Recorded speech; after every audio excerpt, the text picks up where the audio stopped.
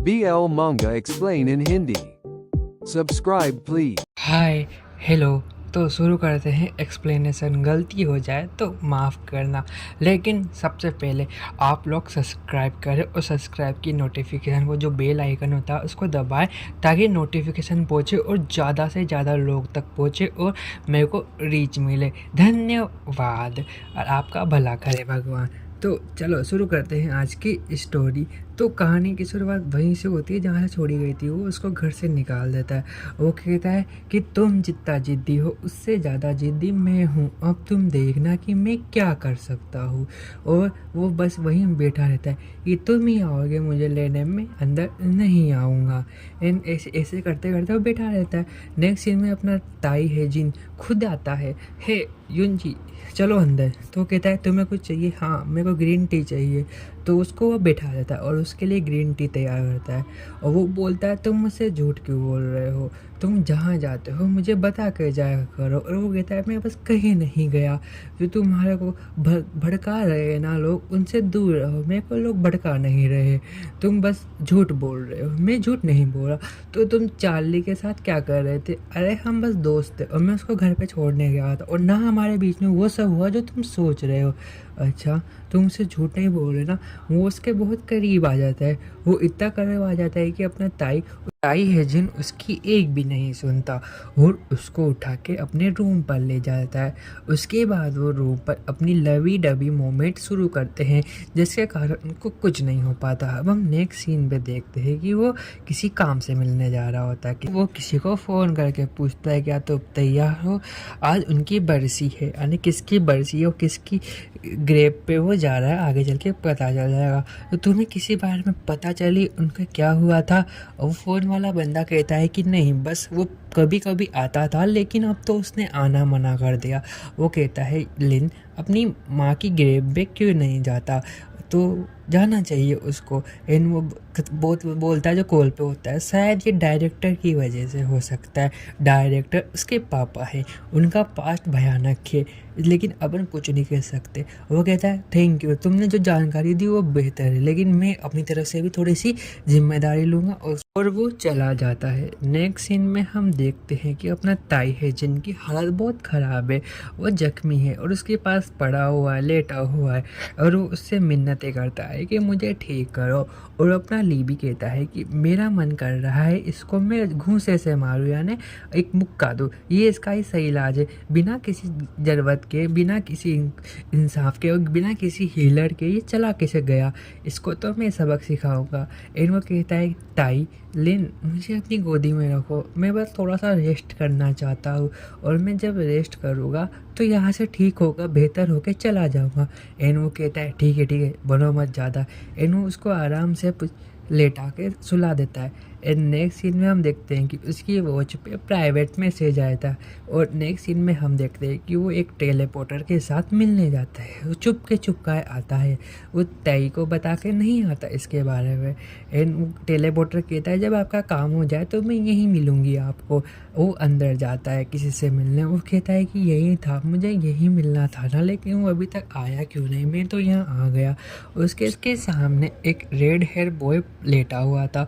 वो कहता है देखो तुम हीलर हो ना, वो भी एस ग्रेड के, तो मुझे हील करो, मैं कमज़ोर, मेरे अंदर ब्लैक मैटर जो रसायन है वो बढ़ता जा रहा है। नली उससे कहता है कि तुम्हारे पास खुद के पास अपना हीलर नहीं है क्या, तुम भी तो एस रैंक के हो।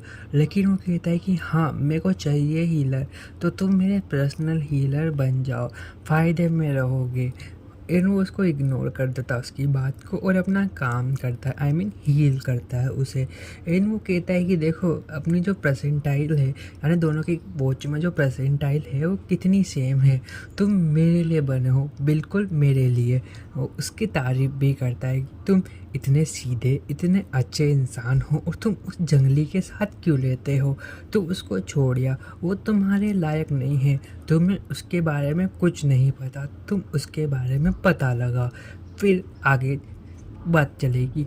एंड वो उसको भड़काता भी होता है उसके बारे में, तेई हेजिन के बारे में, कि तेई हेजिन बुरा है।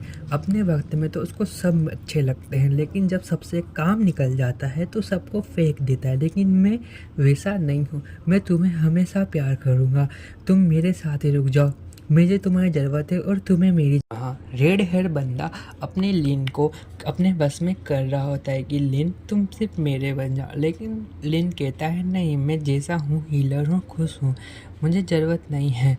एंड वहाँ पे अपनी योर मेजेस्टी यानी हाई मेजेस्टी आ जाती है। वो कहते हैं कि क्या एक एस ग्रेड हीलर, वो भी यहाँ पे ज़रूरत कैसे हुई, हमारे पास कॉमन हीलर है ना।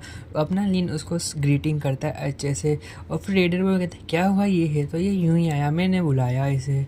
अच्छा, तुम फालतू में खर्च क्यों कर रहे हो, तुम्हें पता है ना हमारे पास कॉमन हीलर है। अच्छा तो तुम सिखाओगे, तुम अपनी ताकत का गलत अंदाज़ा कर रहे हो रेड हेयर। एंड फिर दोनों आपस में तलवार निकाल लेते हैं। और लिकिंग कहता है ली तुम इधर आओ, इनके पचड़े में मत पड़ो, तुम चुपचाप साइड में रहो। एंड ली कहता है क्या हमें इसको रोकना नहीं चाहिए, नहीं अभी तो शुरुआत है, देखते जाओ। एंड वो दोनों फिर आपस में लड़ते हैं। वो कोई तलवारबाजी करता है तो दोनों आपस में लड़ते लड़ते वो भूल जाते। और यहाँ की जो सीन्स है वो बहुत तगड़े होते हैं। आई थिंक मांगा देखो, सब्सक्राइब कर लेना। एंड वो देता है कि अब मैं अपनी, तो वो अपनी तलवार को मैजिक से जोड़ता है, फायर मैजिक से। एंड अपना लिन कहता है क्या यह सही है, ये तो चीटिंग हुई ना। वो कहते हैं तुमने ये लड़ाई देखी है तलवारबाजी, ये तुम पहली बार देख रहे हो, अब तुम्हें इसके रूल बदल चुके हैं, ये सब चलता है, तुम देखो आगे होता है क्या। वो कहता है कि आओ अब करो मुझसे मुकाबला। और अपना दूसरा भी कम थोड़ी लेगा, वो अपनी डार्क वेब से उसको पकड़ लेता है, उसको जकड़ लेता है, उसको हिलने नहीं देता। एंड वो उस पर एक वार करता है तलवार का, जो सीधे उसके हाथ पे लगता है। एंड वो घायल हो जाता है। और अपना लिन भी टेंशन में आ जाता है क्या, और रॉयल भी टेंशन में आ जाता है कि ये क्या हुआ। एंड वो उसको निकालता है, क्यों, अब तुम मेरा गुस्सा देखो। तो वो अपनी सारी ताकत लगा देता है और ज़मीन से आग के ज्वालामुखी निकालता है। एंड वो कहता है ये अब ज़्यादा हो रहा है, तो अपनी लोअर मेजेस्टी वाटर मैजिक करके सब कुछ शांत कर देती है, सब शांत हो जाता है। देखते हैं कि सब खत्म हो चुका है। एंड अपना रेड हेयर अपने क्यूटी पाई लिन के पास आता है। वो कहता है क्यों लिन, देखा मैं कितना ताकतवर हूँ, अब मैं कहता हूँ कि तुम्हें उसके साथ रहने की ज़रूरत नहीं है, मैं हूँ तुम्हारे लिए। वैसे तुम्हें एक बात बताऊँ, जो टेस्ट सब्जेक्ट तुम हो वो भी वही टेस्ट सब्जेक्ट है, ज़रा ध्यान दो, वो तुम्हें धोखा देगा। इतना ही कि उसने लिन के सिर में दर्द होने लग जाता है बेहद ज़ोर से। एंड वो कहता है कि ये दर्द, वो लोयल से कहता है कि मुझे लेके चलिए, मेरा सिर फटता जा रहा है, मेरे को डक्कल के पास ले जाइए, हाँ डेकेल के पास ले जाइए। एंड किंग कहता है क्या तुम्हें सच में अभी डेकेल जाना है, लेकिन तुमने इतनी जल्दीबाजी क्यों करी। वो किंग उसे डेकेल में ले आते। वो कहते हैं कि तुम्हें अचानक कैसे याद आया कि तुम्हें डेकेल में जाना है। वो बताता है कि मेरे को मेमोरीज जाननी है। तो वहाँ एक लड़का आता है आदमी। एंड वो उसे कहता है कि मैं तुम्हारे याददाश्त तो वापस ला सकता हूँ, लेकिन तुम गुस्सा मत करना, वो तुम्हारे ज़िंदगी का पास्ट था जो भुलाया गया था। इन्होंने कहता है कि हाँ मुझे पता है, मेरी याददाश्त के साथ मुझे जीना होगा, मैं चाहता हूँ कि तुम मेरी याददाश्त वापस लाओ। वैसा लगता है कि जो मेरे अंदर है वो मैं भी हूँ, लेकिन अभी साथ नहीं है मेरे, मुझे जानना है कि मेरे साथ क्या हुआ था। वो उसके सिर पे हाथ लगता है तो एक पर्पल लाइट निकलती है। वो लाइट इतनी दर्दनाक होती है कि वो चिल्लाने लग जाता है। अब हम चलते हैं पास्ट पर। तो पास्ट में हम देखते हैं कि क्यूटी सी लड़की एक कमरे में थी जिसका दरवाज़ा खोला हुआ था, और देखती है कि उसकी माँ कहीं जा रही है।